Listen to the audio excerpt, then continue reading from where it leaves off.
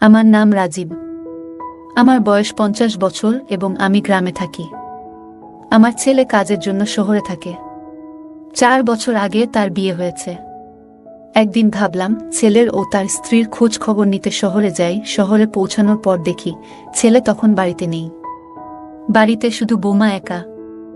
দরজায় কড়া নাড়তেই বৌমা দরজা খুলে আমাকে দেখে মিষ্টি করে হাসল এবং বলল, বাবা, এত দূর থেকে হঠাৎ কিভাবে আসা হলো? আমি হেসে উত্তর দিলাম, বৌমা, তুমি জানো আমি তো দূরে থাকি। বয়স হয়ে গেছে, তাই এখন আসা যাওয়ার আগে অনেক ভাবতে হয়। কিন্তু তোমাদের অনেক দিন ধরে দেখিনি, তাই তোমাদের সঙ্গে একটু সময় কাটানোর ইচ্ছা হলো, তোমাদের দেখতে ইচ্ছে করছিল, তাই চলে এলাম। আমার বৌমাকে দেখে আমি মুগ্ধ হয়ে গেলাম। তার মধ্যে যেন এক নতুন সৌন্দর্য আবিষ্কার করলাম। সে আগের থেকে অনেক বেশি সুন্দর এবং আকর্ষণীয় লাগছিল। তার সৌন্দর্য যেন চারপাশের পরিবেশকে আরও উজ্জ্বল করে তুলছিল। তখন সে একটি হালকা গোলাপি শাড়ি পরেছিল, যা তার মাধুর্যকে বহুগুণ বাড়িয়ে তুলেছিল। বৌমা মিষ্টি হেসে বলল, ঠিকই করেছেন বাবা। যখন এসেই পড়েছেন, তখন কিছুদিন আমাদের সঙ্গেই থাকুন। এইভাবে 2-3 দিনের মধ্যে ফিরে যাবেন না? আমি তার কথায় সাড়া দিয়ে বললাম, বৌমা, আমি এবার বেশ কিছুদিন 2-3 মাস এখানে থাকার পরিকল্পনা করেই এসেছি। আমার কথা শুনে বৌমা হাসতে লাগলো এবং বলল, বাবা, আপনাকে তো এখন আগের চেয়েও ভালো লাগছে। অনেক শক্তিশালী মনে হচ্ছে। এই বয়সেও মনে হচ্ছে শরীরের অনেক যত্ন নিচ্ছেন। আমি বললাম, গ্রামে থাকলে এমনই হয়। গ্রামীণ খাবার আর সেখানকার কাজকর্মের প্রভাব বোঝা যায়। আমি হেসে উত্তর দিলাম, ঠিকই বলেছ বৌমা। গ্রামের খাবার আর নিয়মিত পরিশ্রমের ফল এটা। এখন বলো তো, আমার ছেলে কোথায়? অনেক দিন হলো ওর সঙ্গে দেখা হয়নি। আমার কথা শুনে বৌমার মুখের হাসি মিলিয়ে গেল। তার মন খারাপ দেখেই আমি প্রশ্ন করলাম, কি হলো বৌমা? কেন মন খারাপ হলো? আমি তৎক্ষণাৎ জিজ্ঞেস করলাম, কি হলো বৌমা? তুমি হঠাৎ এত মন খারাপ করলে কেন? বৌমা কয়েক মুহূর্ত চুপ রইল। তারপর ধীরে ধীরে বলল, বাবা, কি বলবো আপনাকে। কয়েকদিন আগে আমাদের মধ্যে একটা বড় ঝগড়া হলো। তারপর রাগের মাথায় ও বাড়ি ছেড়ে কোথাও চলে গেছে। তার কথা শুনে আমি অবাক হয়ে গেলাম। বললাম, তুমি কি বলছো বৌমা? আমার ছেলে বাড়ি ছেড়ে চলে গেছে? এটা কিভাবে সম্ভব? বৌমা কষ্ট পেয়ে বলল, বাবা, আপনি আপনার ছেলেকে ঠিকমতো চেনেন না। ও কখনো আমাকে ভালোবাসেনি। আমাদের বিয়ে হয়েছে 4 বছর, কিন্তু কখনোই আমি ওর কাছ থেকে ভালোবাসা পাইনি। ও সবসময় কাজ নিয়ে ব্যস্ত থাকে এবং আমার অনুভূতিগুলো বুঝতে চায় না। বৌমা আবেগপ্রবণ হয়ে বলল, বাবা, আপনিই বলুন, একজন স্ত্রীর কি নিজের স্বামীর কাছ থেকে ভালোবাসা এবং সুখ পাওয়ার অধিকার নেই? আমারও ইচ্ছে আছে, আমারও অনুভূতি আছে। আমি চাই সে আমার সঙ্গে সময় কাটাক, আমার কথা শুনুক। তার এই কথাগুলো শুনে আমি গভীর চিন্তায় পড়ে গেলাম। বললাম, কিন্তু বৌমা, তুমি আগে এসব কেন বলনি? যদি তোমার কোনো কষ্ট থাকতো, তাহলে আমায় জানাতে এত দেরি করলে কেন? বৌমা চোখের জল সামলে বলল, বাবা, আমি চাইনি আমার কারণে কারো মন খারাপ হোক। ভেবেছিলাম সময়ের সঙ্গে সব ঠিক হয়ে যাবে। কিন্তু দিন দিন পরিস্থিতি আরও খারাপ হয়ে গেছে। আমি তার পাশে বসে তাকে সান্ত্বনা দিয়ে বললাম, বৌমা, আর চিন্তা করো না। আমি এখনই আমার ছেলের খোঁজ লাগাই। সবকিছু ঠিক করে দেব। আমি বললাম, বৌমা, চিন্তা করো না। আমি ওকে খুঁজে বের করব এবং এখানে ফিরিয়ে আনব। তখনই বৌমা বলল, বাবা, ওর অফিসের এক বন্ধুর ফোন এসেছিল। তিনি বললেন, আপনার ছেলে তার সঙ্গে আছে। সম্ভবত ও রাগ করে দূরে থাকতে চেয়েছে কিছুদিন। আমি শান্তভাবে বললাম, বৌমা, তোমার দুশ্চিন্তা করার দরকার নেই। আমি ওর সঙ্গে কথা বলবো এবং সবকিছু ঠিক করে দেব। এরপর বৌমা বিষয়টা বদলে হাসি মুখে বলল, বাবা, এসব কথা ছাড়ুন।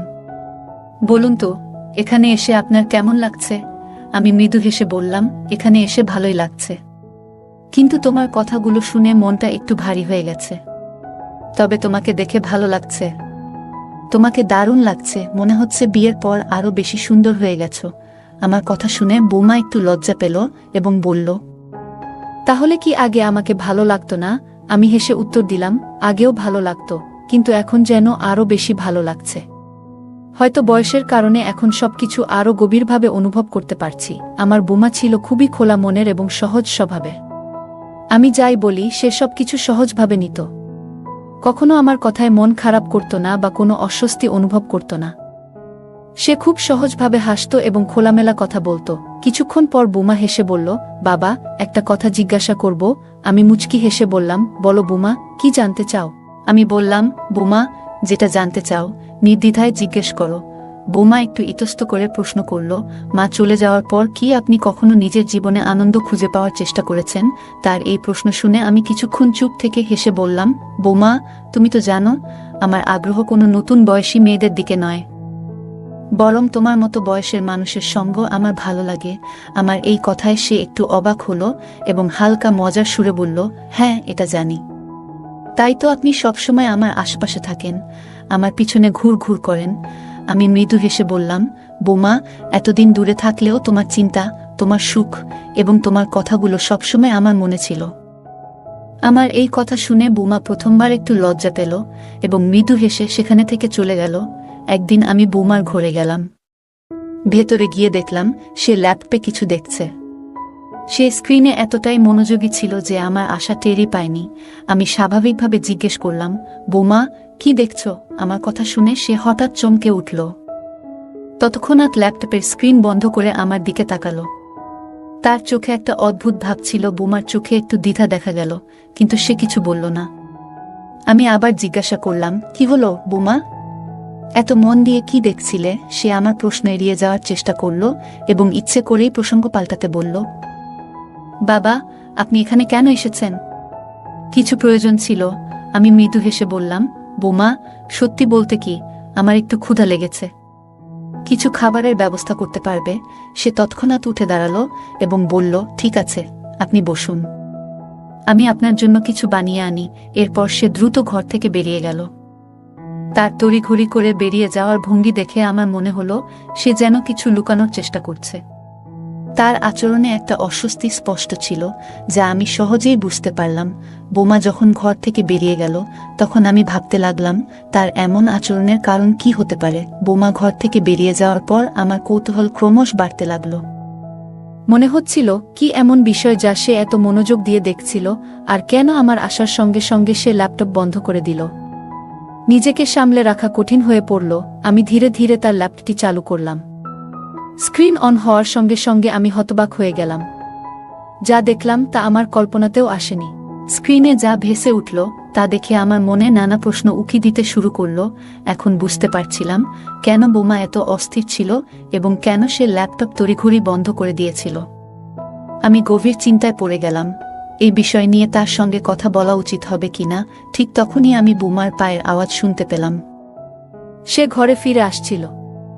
আমি তৎক্ষণাৎ ল্যাপটপ বন্ধ করে পাশে রেখে দিলাম, এমন ভাব করলাম যেন কিছুই দেখিনি। বোমা ঘরে ঢুকে মৃদু হাসি দিয়ে বলল, বাবা, আমি আপনার জন্য খাবার বানিয়ে এনেছি। আপনি তো বলেছিলেন ক্ষুধার্ত, তাই তাড়াতাড়ি কিছু তৈরি করে ফেললাম। চলুন, খেয়ে নিন। তার কথা শুনে আমি কিছুটা অস্বস্তি অনুভব করলাম। ভাবতে লাগলাম বিষয়টা সরাসরি তার সঙ্গে আলোচনা করব কিনা। মনে হলো যদি তাকে বলি, বোমা, তুমি কি আমার সঙ্গে তোমার মনের কথা শেয়ার করতে চাও? আমি মনে মনে ভাবলাম, যদি আমি এ বিষয়ে কিছু বলি বা কোনো সমাধান দেওয়ার চেষ্টা করি, তাহলে বোমা হয়তো অস্বস্তি বোধ করবে বা বিরক্ত হয়ে যাবে। এই ভেবে আমি চুপ থাকার সিদ্ধান্ত নিলাম। বুঝলাম বিষয়টি গুরুতর এবং তার ইচ্ছার বিরুদ্ধে কিছু বলা ঠিক হবে না। তাই আমি আর কোনো প্রশ্ন না করে তার সঙ্গে খাবারের টেবিলে বসে পড়লাম। এক রাতে যখন সবকিছু শান্ত, তখন আমি বোমার ঘর থেকে মৃদু কথা বলার শব্দ শুনতে পেলাম। মনে হলো সে কারো সঙ্গে কথা বলছে। শব্দগুলো স্পষ্ট ছিল না, তবে তার কথা বলার ভঙ্গি আমার মনে অস্বস্তি তৈরি করল। শুরুতে বিষয়টি উপেক্ষা করার চেষ্টা করলাম, কিন্তু সময়ের সঙ্গে আমার কৌতূহল বেড়ে গেল। ভাবতে লাগলাম এত রাতে বোমা কার সঙ্গে কথা বলছে।